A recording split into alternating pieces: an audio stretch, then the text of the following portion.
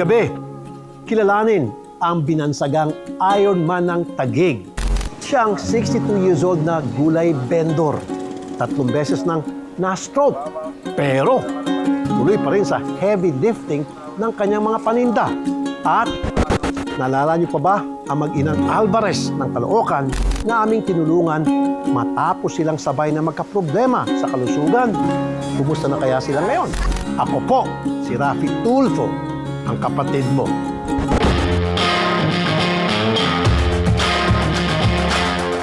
Senior citizen na nga at 3 beses pang na-stroke. Kahit sinong dumanas nito, siguradong manghihina ang pangangatawan. Pero ibahin niyo si Tatay Felix ng Taguig. Dahil sa kabila nito, patuloy pa rin siya sa kanyang mabigat na trabaho bilang isang gulay vendor.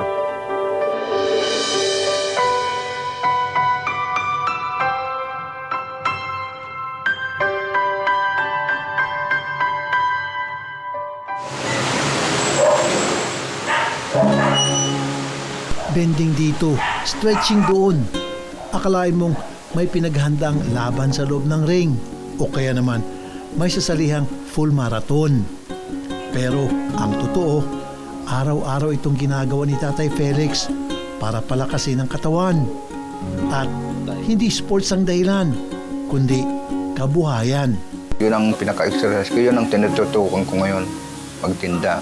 Mag-uumpisa ako dito ng alas 6, alis na ako dito, lalabas na. Tapos babalik na naman ako, mga alas 11, nandito na ako sa bahay niyan. Minsan, kumikita ko ng 700, 500. Sa tikas at bangis ng moves na binansagang Ironman ng Taguig, sino mag-aakala na 62 years old na siya? Heto pa ang hindi ka panipaniwala. Na-stroke na raw si Tatay Felix. Not once, not twice, but thrice. Ang pinakaunang atake nangyari higit 1 dekada ng nakakaraan. 52 po ako unang may stroke. Pagkagising ko ng alas 3, magtitinda sana ako ng alas 3 ng madaling araw. Kasi hinanda ko na yung mga gamit ko. Pag angat ko ng kamay ko, hindi ko na may baba. Yun na pala yun ang unang atake ko. Kaya nangyari, hindi na ako tumuloy magtinda. Nung panahong yun, mangingisda at gwardiya si Tatay Felix. Pero dahil sa kanyang stroke, napilitan siyang tumigil sa trabaho. Ang oras niya, halos maubos na lang sa kanunood ng TV at kakalaro sa cellphone habang nasa bahay. Pero hindi pala porket petiks, safe na. Dahil inatake na naman siya. Nanonood ako ng TV dito sa loob. Tawa ko ng tawa kasi katawanan yung palabas. Doon ako nanginig sa upuan. Katabi ko ang anak ko. Ngayon, matutumba na sana ako. Nasalo ako ng anak ko. Pagkasalo sa akin, hindi ko alam, na-stroke na pala yun. Milagro para kay Tatay Felix na na-survive niya ang ikalawang stroke. Dito na niya napagdesisyonan. Baka dapat maghanap buhay pa rin siya. Yun nga lang, habang nasa gitna siya ng trabaho, nang biglang tamaan na naman sa ikatlong pagkakataon. Nainip nga ako, nagtinda ako ng bulot dyan sa labas. Tuloy-tuloy, kumakain yung mga pumibili ng chicharon, balot, Pinoy. Yun, anak buhay ko. Kasi ayaw ko nang walang kita eh. Ngunit isa na namang milagro ang naganap sapagkat nakaraos siyang muli sa panganib. Sa pagkakataong ito, nagdesisyon na si Tatay Felix, lulubusin na niya ang pang-4 na buhay na ibinigay sa kanya ng Panginoon. Ayun natin magagawa. Kung anong bigyan ng Panginoon, di tanggapin natin. Subalit, aminado si Tatay Felix, kahit gaano siya magpalakas at mag-alaga ngayon ng kanyang sarili, malaki na ang inihina ng kanyang pangangatawan. Hindi na niya maigalaw ang kaliwang bahagi ng katawan. Ikaw ba naman ang tamaan ng stroke ng 3 beses? Pero kung may natutunan man daw si Tatay Felix sa kanyang mga pinagdaanan, yun ay huwag susuko. Kaya naman, bit-bit ang kanyang megaphone. Bagamat recorded na ang boses na lumalabas dito, araw-araw sumasabak si Tatay Felix sa kanyang latest racket. Mama, sumula-sula ka naman dito yun, daing sapsabi. Yan ay ang pagtitinda ng gulay. Tay, may bawang ka ba dyan? Magkano yan? O sir, pabili. Tama. 20. Sing tigas ng bakal ang paninindigan ni Tatay Felix na magpatuloy sa pagbabanat ng buto sa kabila ng kanyang sitwasyon. Kaya naman, kami na mismo ang magagawad ng gantimpala sa kanya sa pagbabalik ng kapatid mo.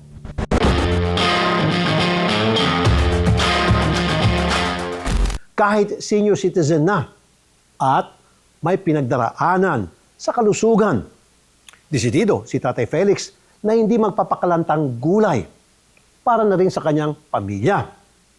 Ang ganyang klaseng katatagan, hindi dapat pinabaliwala.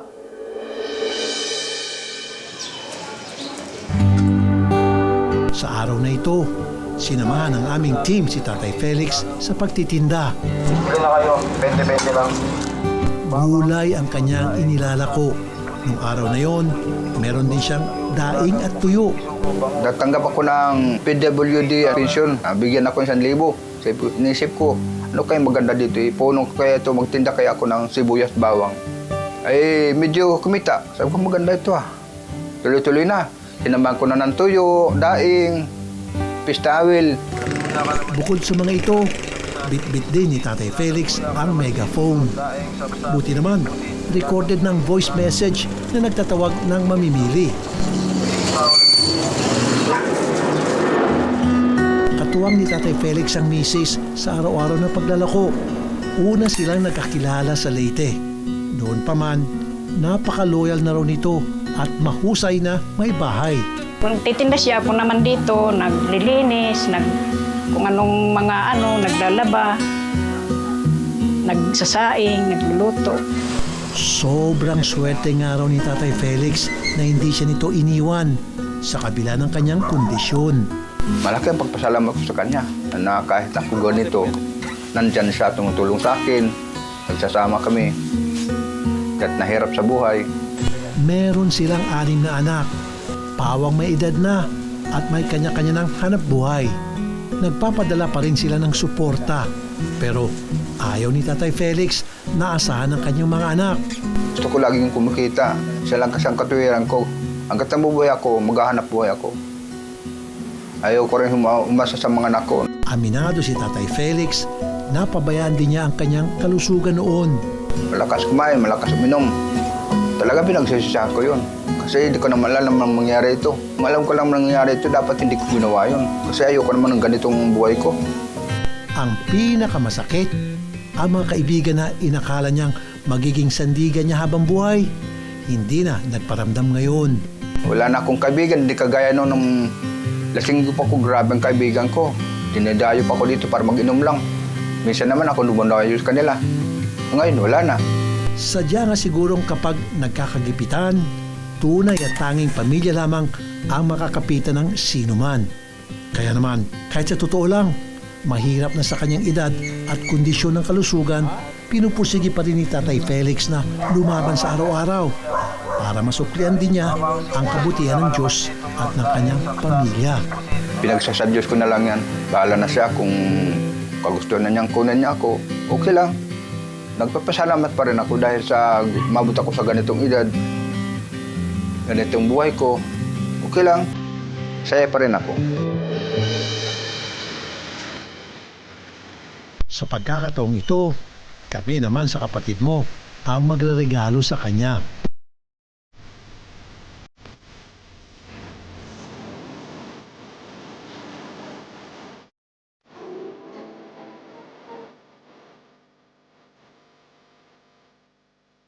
Ang condition po kasi ni Sir Risa ngayon, more on parang nasa chronic phase na po kasi siya nung stroke.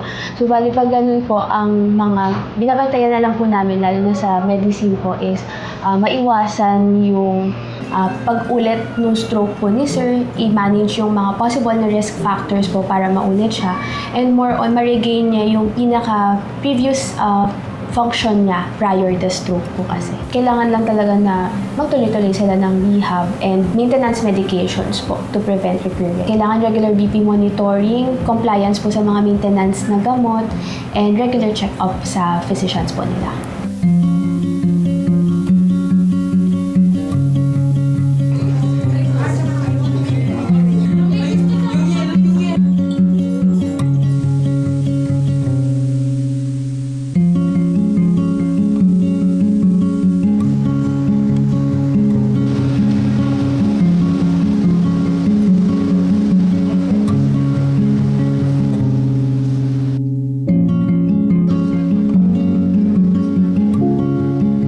Tay, dahil suki ka naman namin dito. Palagi ka nang nandito sa Lucky Farmers. Bigay ng boss namin to.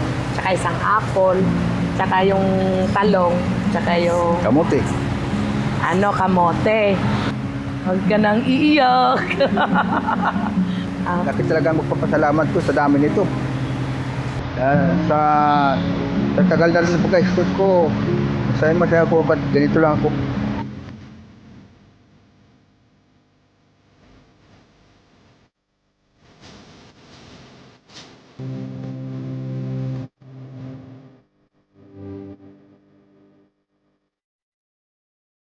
Marami pong salamat, Senator po. Pinagkaloob mo sa amin. Sana marami po kayong natutulungan pang iba. Maraming salamat po, Senator Rapitor po, sa bayang pinagkaloob nyo sa amin. Diyos na pong bahala sa inyo. Si Tatay Felix ang patunay na kahit pa 3 o maraming beses pang may mga dumating na pagsubok, ang tunay na solusyon ay nasa determinasyong magpatuloy sa buhay. Mamaya, kumustahin naman natin ang mag-inang ating tinulungan sa gitna ng mga problemang pinagdaanan nila sa kanilang kalusugan. Sa pagbabalik yan ng kapatid mo.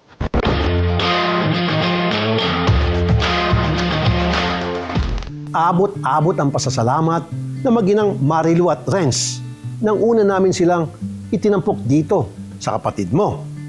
Nagabayan sila sa kanilang gamutan at napagaan kahit papaano ang kanilang pasanin. Kamakailan lang, muli silang nagpag-ugnayan sa amin.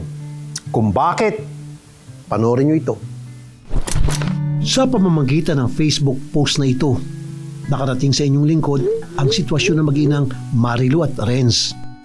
Nasa loob ng ospital ang mag-ina. Si Renz, tulalang nakahiga sa kama. Habang ang nanay niyang si Marilu, kapansin-pansin ang brace sa likod. Napag-alaman namin na na-stroke si Renz, habang ang kanyang inang si Marilu na isang manikurista na aksidente sa trabaho. Nag-service po ako, nag-manicure ako doon sa customer ko dyan sa 9. Sabi niya gusto ko daw ba nung cabinet, yung ganitong cabinet. Malit lang ng konti din di gusto ko para lalagyan din ng mga damit sa. Kinuha ko po. Ngayon nagpatulong ako sa bata. Nung buhatin namin, out-balance po ako sa hagdanan. Nahulog po ako sa hagdan.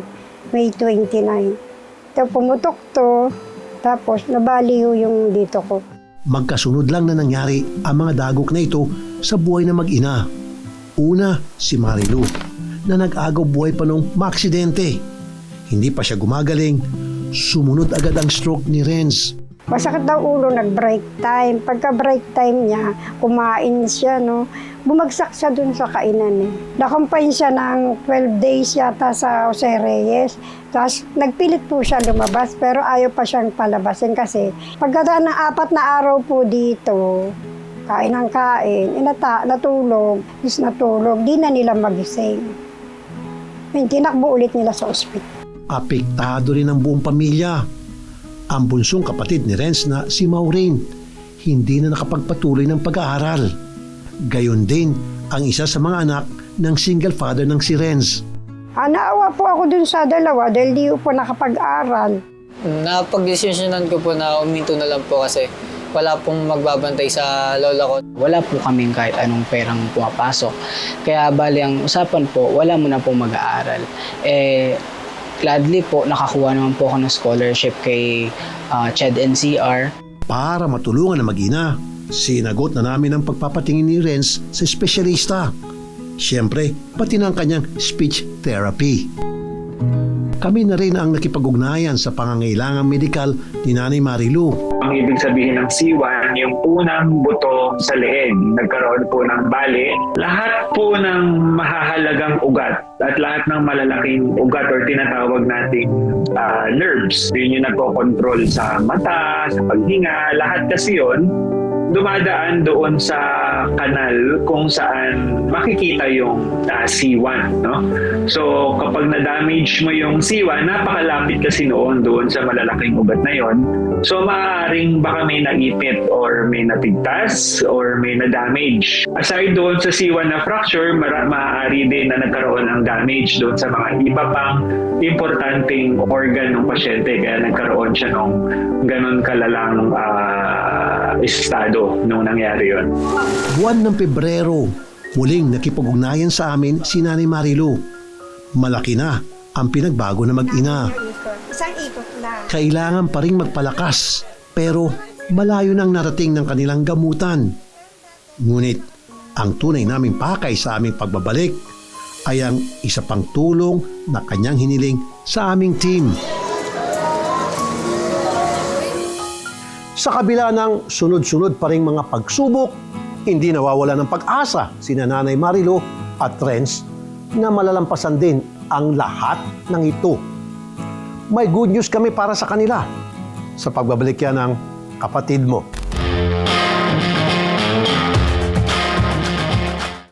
Napakahirap talagang itaguyod ang pang-araw-araw na pamumuhay kung pare-parehas kayo sa bahay na may problema sa kondisyon ng kalusugan. Dito ngayon ipinamalas ni Nanay Marilu at Renz ang nakakabilib nilang pananalig.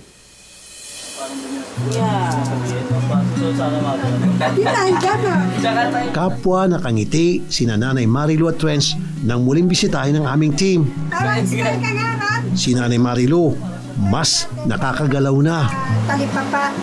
Si Renz, nakakakilos na. Ang mga nakababatang miyembro ng pamilya ang saksi sa lahat ng magandang nangyari sa mag-ina mula nung una tayong bumisita. Usa na po siyang pupunta sa CR, then minsan po yung pagkain po niya, kumbaga parang unti-unti na rin po niya napapakain yung sarili niya nang hindi po siya sinusubuan na. Then si mama po nag-manicure na po ulit. Ako po nagtatry po akong maghanap ng trabaho. Mas naging better po simula nung pumunta po kayo kasi si Lola po nakakapag gala-gala, mahilig na po gumala. Tapos si Papa naman po nakakalakad na po talaga. Ngayon po kasi nakakapag-exercise na po siya kahit dyan po sa labas. Tsaka nakakilala na po siya ng marami ngayon sa boses. Subalit, ang pakay talaga roon ng aming team. Tugunan itong bagong mensahe na ipinadala ni Nanay Marilu sa amin. Ayaw din naman kasi nila na patuloy na lamang na umaasa sa grasya. Kaya hinihiling na lang sana nila na mabigyan sila ng kabuhayan. Siyempre, dito sa kapatid mo, agad naming ibibigayan.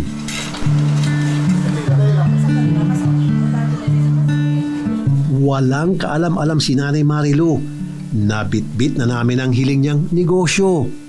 Pinalabas namin ang bahay si Nanay para siya mismo ang sumalubong sa sako-sakong bigas. Bakas sa mukha ni Nanay Marilu ang sobrang tuwa. Bukod sa pagmamanicure, meron na siyang ibang pagkakakitaan. Nanay, handog po ng bigasan ng bayan. Ito mga bigas po. Salamat po. Sana makatulong po sa munting pangkabuhayan niyo po, Nay. Malaking bagay po yan, hindi konti. Pagpalaking bagay po yan. Malaking pangkabuhayan na po namin yan. Bali, Nay, 10 po yung natin, 25 kilos na blueberry, tapos 25 na jasmine dinorado po. Tsaka 25 din po na buko pandan na tig 5 kilos. Bali, Nay, pag nabenta nyo lahat yan, pwede nyo kayong kumita ng kulang-kulang 30,000 po. Ang owner nung bigasan ng bayan ay si Ivan Lucas, isa siyang OFW. So, naisipan niya magtayo ng bigasan dito kasi in demand siya sa atin, tapos lahat ng tao parang pangangailangan. Tapos gusto niya na rin makatulong sa mga tulad niya, pagbigay-bigay ng bigas sa mga nangangailangan. Overwhelmed po ako kasi in-expect po namin grocery lang. Nagulat po kami, bigas po pala, bigasan. Malaking tulong din po siya, lalo na po ngayon is wala rin po kaming pagkukuhanan ng ngayon, yung pang-araw-araw namin. Pwede rin po namin siyang sa mga kapitbahay, pabili para po yung pangkain po namin sa araw-araw. Siyempre, hindi pwedeng puro trabaho lang. Deserve rin ni Nanay ang mag-relax. Kaya kung dati siya ang nagmamanicure at pedicure, ngayon, si Nanay Marilo naman ang customer. Hi ma'am, good afternoon po. Ma'am Marilu, nandito po kayo ngayon sa 7 days pa para mabigyan po namin kayo ng i-treat po namin kayo ng magandang services namin like foot spa, manicure, pedicure, and foot reflex po.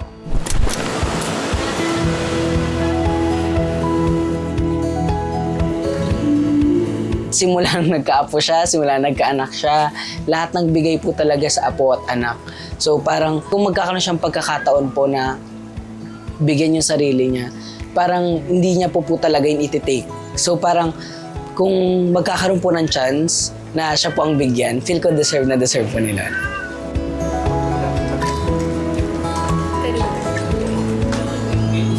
Hindi napigilan ni Nanay Marilo ang emosyon. Hindi niya kasi akalain na ang simpleng pagpapamanicures na mismong kabuhayan niya sa napakatagal na panahon, masarap pala sa pakiramdam. Sa tagal ko ng manicurista, ngayon ko lang naranasang palinis ng kuko sa iba. Kasi dati ako lang naglilinis. Ngayon naranasan ko magpalinis, magpa-foot spa at saka magpa-relax ng pa. Masarap pala ang pakiramdam pag ikaw ang nililinisan. Masaya lang kasi first time kong nagawa ito sa buhay ko. 4 na dekada na akong manicurista pero ngayon ko lang ito naranasan. Pero heto pang sorpresa kay Nanay Marilo. Hindi kasi ito ang huling pagkakataon na mararanasan niya ang mag-relax ng ganito. Actually, 1 year po namin siya ililibre, i-free ng massage, manicure, pedicure, and foot spa. Since pag okay na po siya, pwede na po siyang i-massage ng whole body. Salamat po sa Rapid Tour po sa tulong din niyo po. Hindi po sa inyo siguro hindi ko mararanasan to. Salamat din po sa inyo dahil sa tulong niyo. Ito ko.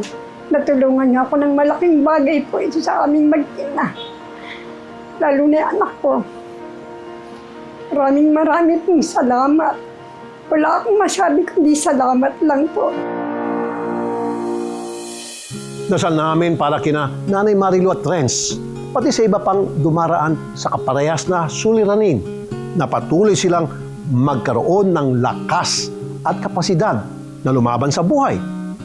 Hanggang sa susunod na linggo, ako po si Rafi Tulfo, ang kapatid mo.